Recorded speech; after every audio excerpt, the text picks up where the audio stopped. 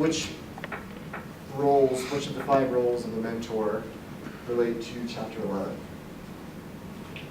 Think about it. Sorry, he was struggling. I'm gonna sit down in my seat. We kind of made you today. Okay. I'm kidding. Sorry, he said that earlier. I believe that definitely the connecting link is one that connects people to campus. We said the obvious one. I would also say learning coach. Hello. Yeah, learning coach. Because like someone who's already been there, has already experienced the campus, knows what's going on. I would have loved having a mentor my first semester on campus. I didn't have anyone. I was just kind of stumbling through the dark. And like, there's still a lot of resources that I don't know about. I'm sure there are. But I'd say definitely a learning coach. Very good. Any others you can think of? We're talking about chapter 11, utilizing campus resources.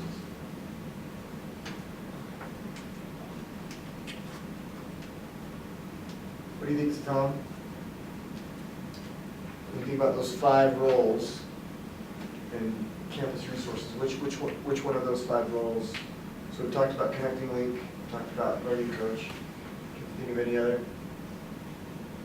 Student Advocate? In what way? Or in what ways is that related to utilizing campus resources? and to show up, anything. Yeah, I mean, I know there's a specific one like the ombuds, where you can actually go and help where there is advocacy and conflict resolution. And if you were to have a student who's dealing with issues and become the advocate, a student advocate, help them resolve issues. As one example. Any others? Yeah. Oh, I'm so sorry. Okay. I thought that was you. I was like,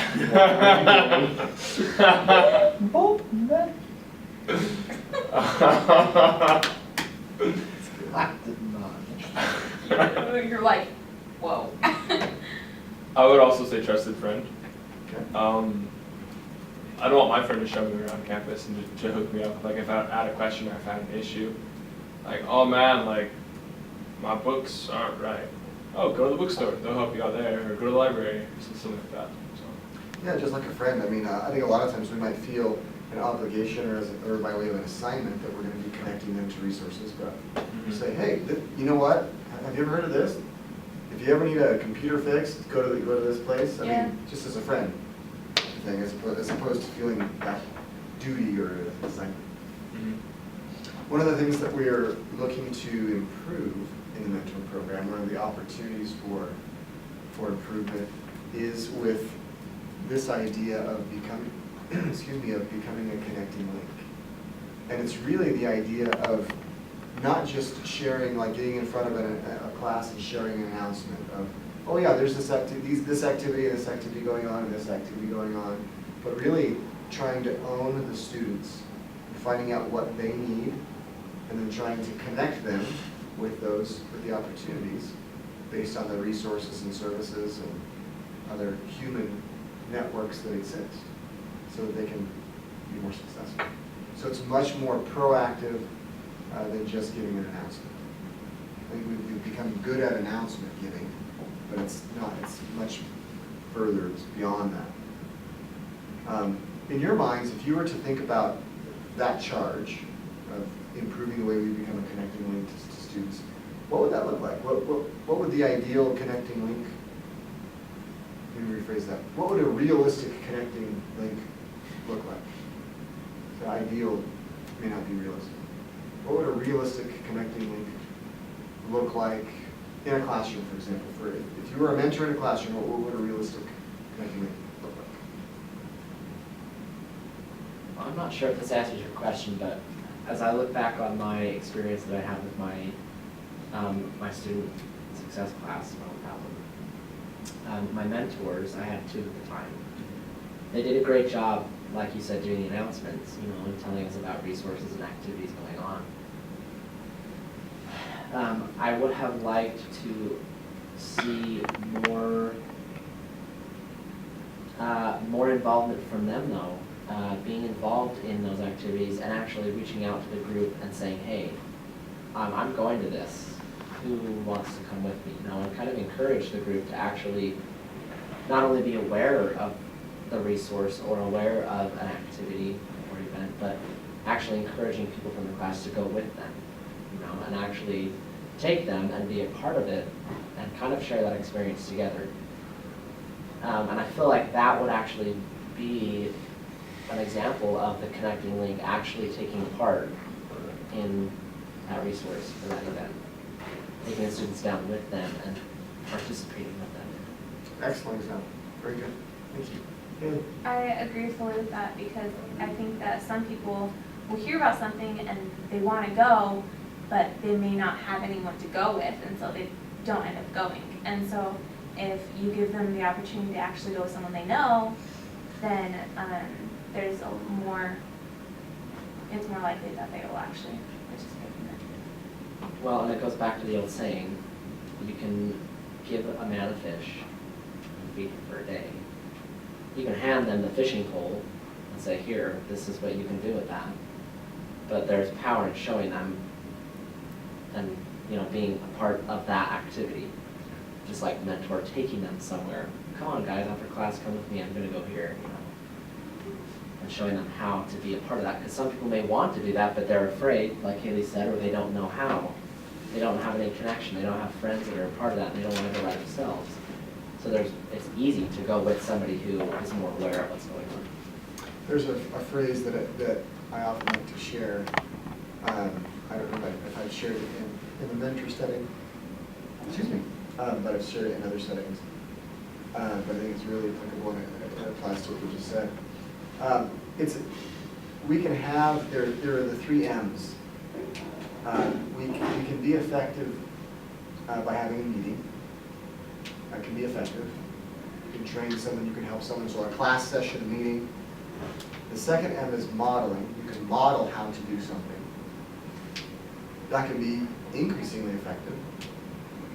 But even more effective is to mentor someone, to go with someone, to do it with. Not do it for, but do it with. And so as you think about leadership, I think a lot of times we're good at meetings. And not with no disrespect to a meeting. And you can do a lot of modeling in meetings, for sure. But mentoring really is a more effective way. So that's part of, when we talk about utilizing campus resources, that's a big aspect of CLSS 1000. That's an aspect of this class.